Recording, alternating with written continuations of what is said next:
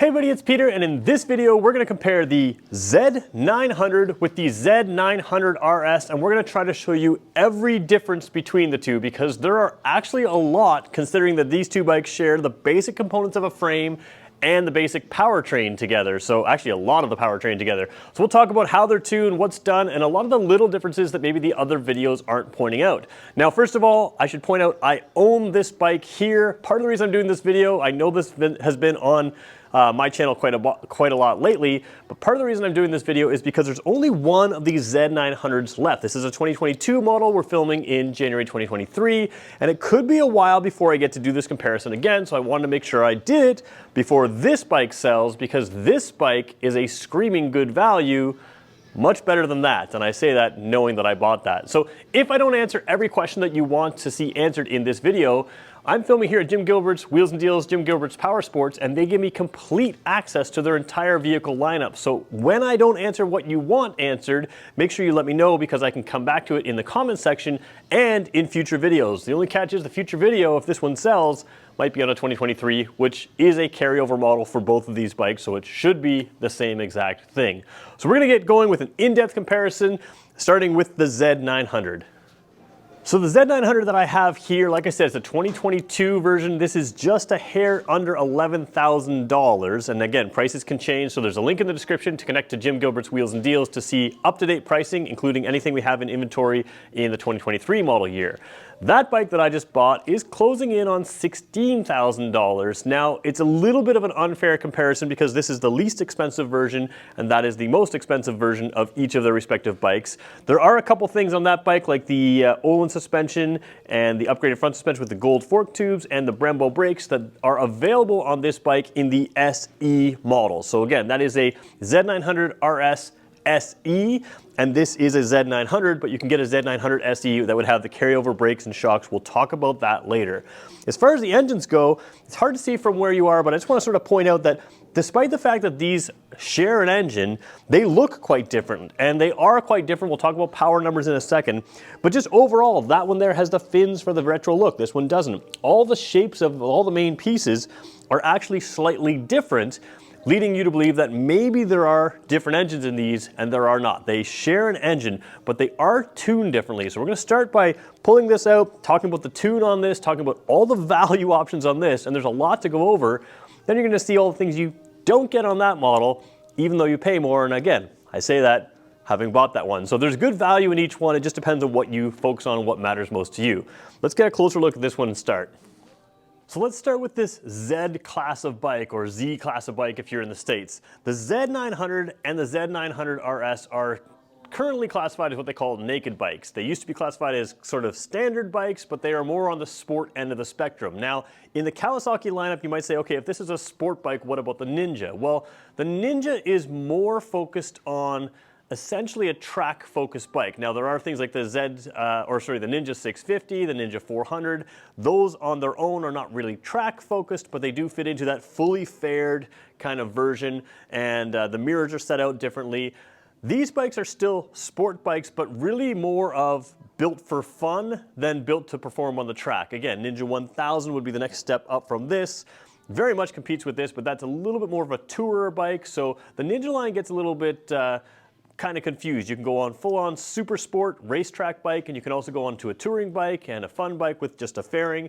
But the Z line is pretty consistent. It doesn't matter whether you go from the 400 to the 900, all of them are sporty bikes built for fun as the number one thing, and that's really what you get here. So taking a closer look at some of the styling details here, you've got that sort of more sport bike style tank here where your knees tuck in. You've got some plastic pads here above where your legs can sort of hug into that bike right there. And a lot of this fairing over here, aggressive look. That's what they're going for with these Z bikes, is a really aggressive, kind of intimidating kind of look. And you've got a short rear seat here. The disadvantage of this seat compared to the RS is this is a little bit less comfortable. Now, you can still take a passenger on it, but you're probably not taking them as far on something like this. Let's talk about this engine here. It is a shared engine, but this one, again, Kawasaki in North America does not release power numbers, but it's pretty well accepted that this is around 125 or so horsepower, where the RS has about 110 or so, 110, 111 in that range. So this one has more power. except it's not quite as simple as that. If you look at the torque curve, there's lots of dyno runs out there. I think Cycle World has a few out there, and it will prove what Kawasaki says, is that the RS has been detuned to have the top horsepower number lowered, but the torque number is virtually the same, and you actually have more torque through the meat of the rev range, in that 4,000-ish to 8,000 RPM rev range, in the RS than you do here. Now that doesn't mean this is a slouch at all. What this means is that it reaches peak power higher and it reaches peak torque higher. So this one is revving out to get to those peak numbers more so than the RS. But in that mid-range, the RS technically has a little bit more power. Now gearing is also different. This one, we call this sort of the baseline bike. The RS has first gear that's a little bit shorter, in other words, a little bit more aggressive first gear, and sixth gear is a little bit taller, so a little bit more efficient sixth gear. This one, all the gears are kind of evenly spaced out and sort of a consistent spacing. Again, all about fun. Neither one's better or worse. The other thing is the flywheel is about 12% heavier in the RS, so it comes down from the revs when you let off the throttle just a hair slower, so it holds its revs a little better. That makes for a smoother riding experience. Something like this, it's not that it's not smooth, it's just it has more of that aggressive kind of immediate feel to it, which is really what this bike is about. A little bit more aggressive, a little bit more immediate. That one's a little bit more comfortable, you could say. Now, I talk about comfort, we should point out that the suspension on these is actually carryover. Both these bikes are within about 5 pounds of each other when they're wet weight. So you have a very similar suspension, actually the identical suspension on both because of that similar weight. So it's gonna kind of be how it feels more than how it actually is. And again, if you wanted that Olin suspension that the other one has, you can get that here as well. Let's take a little bit closer look at a few other details. Let's start with the dash and then we'll work our way around the whole bike. So taking a look at the dash on the Z900 here, as we start that up, you see this nice, really clear, really crisp TFT display. Now I'm filming it in an area where the studio lights are kind of giving some glare, but even in the brightest of light, brightest of sunlight, even though there's some glare there, you really don't have any issues seeing. When we talk about value, there's a few things you get here. We'll talk about some of the features within this display, but the one thing you don't see, and that I'm not going to demonstrate right now, is this also has smartphone connectivity. That gives you a whole suite of features that you don't get on the RS. So you're getting features in addition to this screen here. Now some people like the dials better, some people like the speedometer better.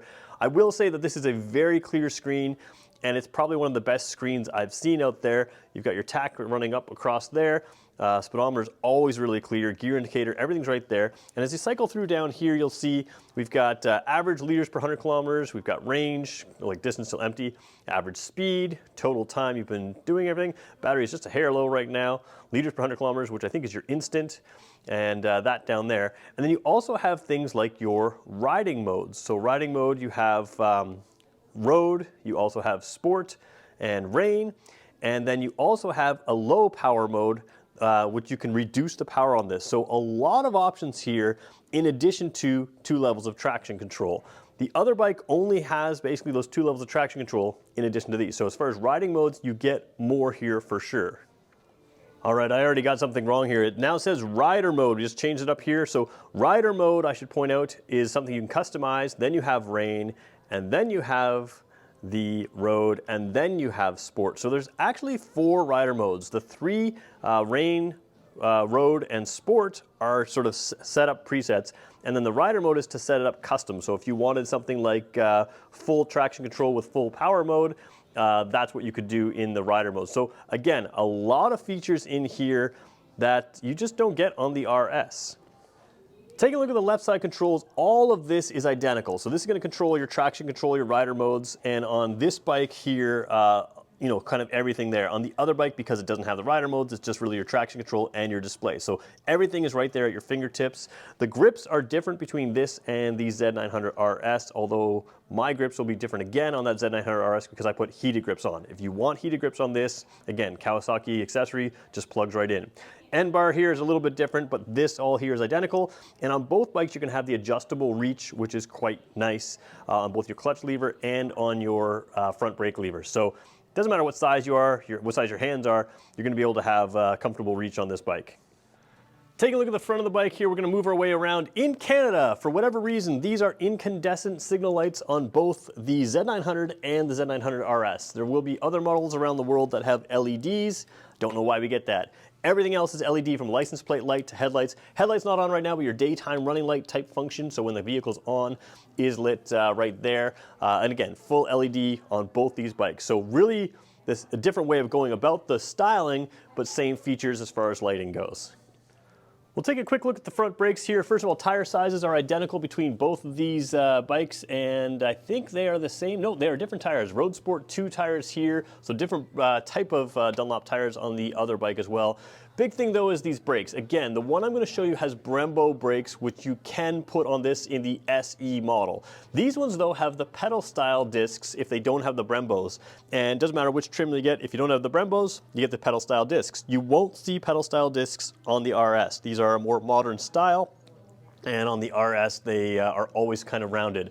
Nissan calipers, very strong braking, dual calipers, ABS of course. So that's a little bit of difference. Again, those pedal side rotors, if you like the style, don't go with the Brembos because you won't have that. But of course, the Brembos will give you increased stopping power. Taking a look at the engine here, like I said, real smooth area here. Both the bikes are liquid cooled, same engine, but like I said, different casing here for this than on the Z900RS. We'll show you that when we get there. I believe this is the same, but there's some detail in here. This is different on the RS. Again, the look is different. Even the foot pegs, a little different. They're both rubber padded on the rider, but not on the passenger side of things. Talking about the exhaust here, there's a little bit different routing here, but it's still a 4-into-1 exhaust. Obviously, a complete different tailpipe look. Both of these bikes are sound tuned by Kawasaki, so they've both gone through a number of things to have both the induction and exhaust noise tuned to make sure it sounds really, really good, which you don't get on very many Kawasaki bikes, and a lot of people really like the way that both these bikes sound. So even though there's a different look to them, they're both sound tuned to sound very, very good, which again fits with kind of what this is. This is all about fun. One of the things I really love about the Z900 is the taillight. I think it looks cool. It's got that Z kind of look when you hit the brakes, nice and bright, LED lights of course, and like I said, LED license plate light as well there. But to me, this is a really visible light and it kind of stands out with some nice style. Of course, the RS has to go more retro in its style. RS stands for Retro Sport, and you won't get a taillight exactly the same as this, although it is LED on that bike. Let's move to that bike quickly and then we'll get on both bikes and show you the seating position differences as well. Pulling in the Z900RS, again, this is the bike I bought, so even though that's a better value, I still think there's good value in this bike. Now overall, let's take a quick look at it. The handlebars are a little bit wider. They're also higher and moved closer to you. Same thing with the foot pegs. They are lower and moved a little bit forward than the Z900. So the overall seating position is going to be a little bit more upright on this, a little bit more square on this, and we'll show you them both. Obviously the seat comfort is going to be different as well. The overall style of this gives you a different style, but it also gives you some practical benefits if you're looking for comfort. We mentioned through here, you've got, there's a little bit of dust on here. You've got the fins here that are not functional. This is still a liquid cooled bike right here, and you do have the fins here. Mine does have a center stand down here. You may or may not have noticed that. That's an accessory that I put on from Kawasaki. I will let you know right here on the bottom of the screen if the Z900 can have a factory center stand. I'm not sure if it does have that as an option. This one does. Again, overall look is different. The routing here of the headers into this area here is slightly different, but again, sound-tuned exhaust, rubber foot pegs with the passenger pegs here being just steel. You do have the Öhlins adjustable shock here, that yellow shock here. You can get the exact same thing on the Z900 SE and the Brembo brakes. So we'll show you some of that, but let's first start with the gauges here. So the Z900RS has these traditional style gauges which look really cool. It's actually hard to find these kinds of gauges in a current motorcycle, especially in the class and price range that these are in now. Now, I will argue that these dials are actually clearer to read than a digital display in one sense and in one sense only. This one here, 120 kilometers an hour, is straight up and down. If in your peripheral vision you see this straight up and down, you know you're going 120. If you see it a little bit this way, a little bit that way, you kind of know where you're going. And you can see that in your peripheral vision without having to focus on the numbers. On a digital display, if you're going 68 or 86, without focusing on those numbers, sometimes you have to actually let your eyes refocus. I know it's not a big deal, but I still argue that I don't need to know the exact speed I'm going, but I do want to know if I'm going 120 or 100, and 102 and 120 are totally different looking numbers that you have to actually read on a digital display. So I like these. I just think for my kind of riding, they're really clear and they're really good. Now, I will not argue with anybody who says that the digital display is better because, you know, we've advanced for a reason. But you'd still get a lot of the digital information in here. You still have the gear indicator, fuel gauge, temperature gauge. Down here, we can cycle through odometer, trip A, trip B, kilometers per liter, which I can do liters per 100 kilometers like the other bike is at, average liters per 100 kilometers, the range, and this one has an outside temperature gauge and the odometer there. No riding modes, no customizable rider modes, and again, the other one has a full power and a low power mode. This one does not. So just a couple things to just kind of keep in mind. You really do get more in the Z900, but this look, you know, I don't know if this costs more to produce or not because the screens, of course, are mass produced for multiple bikes in the lineup, whereas this one is unique to just this bike. But there is a, you know, pay more to get the style and lose some functionality here. Take a look at the hand grips here. First of all, these are not stock come with the bike. They are factory Kawasaki accessories. Again, this is my personal bike. I just added these on, but again, the grip is a little different on each one. The bar end over here is a little different, but identical in this section. Obviously, this does a little bit less because it doesn't affect your rider modes or anything like that, but you do have the flash to pass on both bikes, which is a little hard to see there. Adjustable clutch lever right there. I should point out both bikes have a slipper and assist clutch as well, so that makes a lighter clutch pull, and if you're zipping through the gears in a sporty fashion, it's going to help prevent your rear wheel from skidding if you kind of mess up your downshift or if you're really aggressive in your downshift. So just something to keep in mind, both bikes have that. On a bigger bike, to have a light clutch pull is really nice if you're zipping through town, and again, both these bikes have that. Taking a look at this bike in the same setting as the other one was with its sort of daytime running-ish lights. This one has that daytime running-ish light. I'm not sure if that's actually full headlight. It doesn't appear to be, but a headlight on the lower, high beam up top. If we had the bike running, you would see that a little bit better here. Again, no wind protection here. Now there is a cafe version of this, which is going to give you that old style little fairing out front. It also has different handlebars, gives you a slightly different seating position with a different seat as well. But you do have the option of changing seating positions from this RS in the RS Cafe and changing the look of the front there. But again, incandescent signal light bulbs, I don't know why we have those in Canada. They're LED around the rest of the world. LED headlight, which is nice and fully modern. Let's take a look at down the suspension tubes here as well and across the bike. So on the Z900RS, you have these gold wheels. These are exclusive to this model. You will not get gold wheels on the Z900 SE. This is the RS SE. So if you want to see what the Brembo brakes look like, again, these would be carryover brakes on both bikes, and they would also have the gold fork tubes, which are slightly upgraded, both fully adjustable. The nice thing about the Brembo brakes as well is you also get the steel braided lines, which is kind of nice front and rear. So you have that fully upgraded system right there if you go with the SE model on either of these models. If you don't go with the SE, it's the same size brake here. It does not have the pedals like the other one, and it'll just say Kawasaki here instead of Brembo, so a little differences right there. Just a couple unique things on this bike. Every other Z900RS, the RS is white like this. On the SE, it's red, and you'll notice the Olin suspension. Again, if you get an SE on the other bike, you still have this Olin suspension, the extra adjustable for preload right there. So that's kind of nice to have as well. Take a look at the rear here. Again, I'm on a little different angle here, but the taillight is kind of like on the same angle. This is an old-fashioned looking taillight, so no Z in there, but you do have the bright LED light there as well. So again, the lighting matches as far as function. The same lights are LED, including the license plate light here. These ones are, again, incandescent in North America, LED in other places. But the lighting all matches on both bikes, just the styling is different. So now let's check out the seating position. I'm off-centered here for a reason. I'm going to try to line up the other seat with this kind of and sign right here to get the both bikes in the same perspective. This one's going to be a little bit more upright. So like I said, jumping across here, because the handlebars, again, they're up higher, they're out further, and they're back closer on this bike than on that bike, you have an upright seating position. And you can see the same thing with my legs. They are down a couple centimeters and forward a couple centimeters over the Z900. So this is me sitting on this bike at about 6 feet tall, 32-inch inseam. Easily can reach flat foot on the ground, but again, more upright seating position. To me, this is a more comfortable seating position. You'll also notice the seat fairly flat, nice and comfortable, just the right amount of cushion. Still firm, but a comfortable seat. So I did my best to line this up as close as I could to the other one. Obviously, you'll see a little bit of a change there. Jumping on here, the first thing you're going to notice getting across, the raised tail section means you're lifting your leg over a bit. Now, I find the seat in this to be fully comfortable. Other people will say it's a little firmer, and it probably is. It's definitely a little bit smaller as well. Again, doesn't matter to me, but you can see here, seating position, Foot on the pegs, you do feel from the rider position a little bit more further back. The inside and forward, again, I can sort of feel a little bit more of a forward lean here. Again, very comfortable. And in a naked bike, some of that forward lean at speed is going to be compensated for by the wind pushing against you, but a little bit more aggressive position. The other thing you're going to notice is the mirrors on the other bike are round. This one, they're sort of the traditional Kawasaki, same as all the Ninjas. They're a little bit wider. I'm not sure which one's better, but there's a little different view. Both of the mirrors on both bikes clear the elbows nice and fine, so you've got good visibility, but definitely a slightly more aggressive riding position on this bike.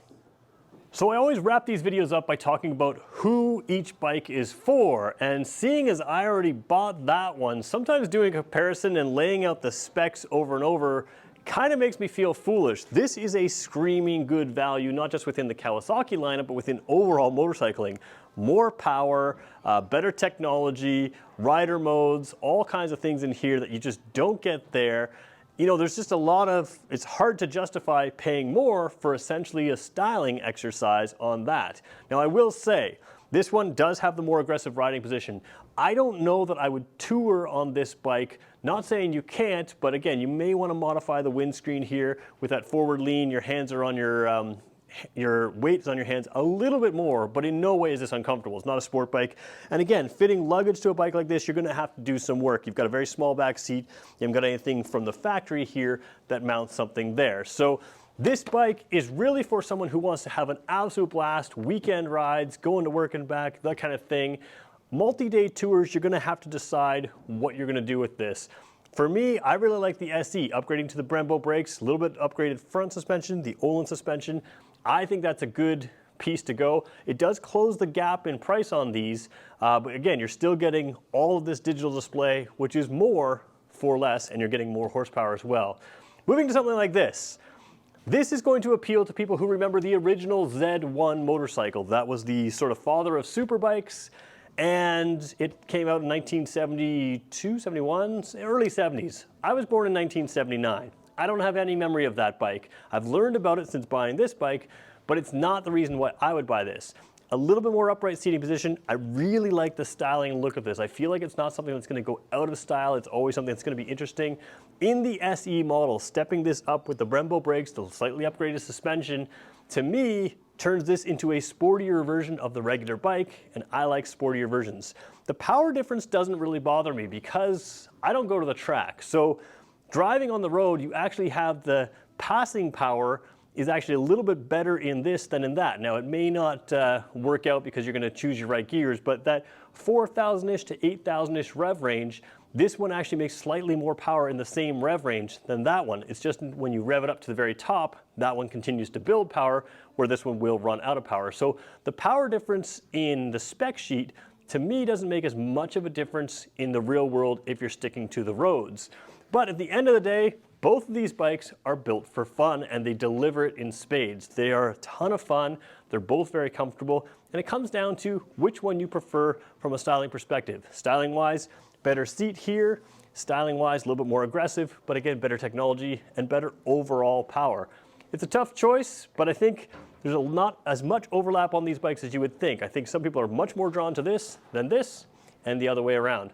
So let me know in the comments below which one you would choose, and let me know why, which one suits you better. And if you have questions that I didn't get to, also let me know in the comments, and I can come back to these bikes and do future videos. That bike will be on here a lot. I'll be doing a tour on that bike. I'll be doing all kinds of things on that bike, so that'll be on the channel a whole bunch. But we'll try to bring bikes like this back as well to make sure we have that comparison. Thanks everybody for watching.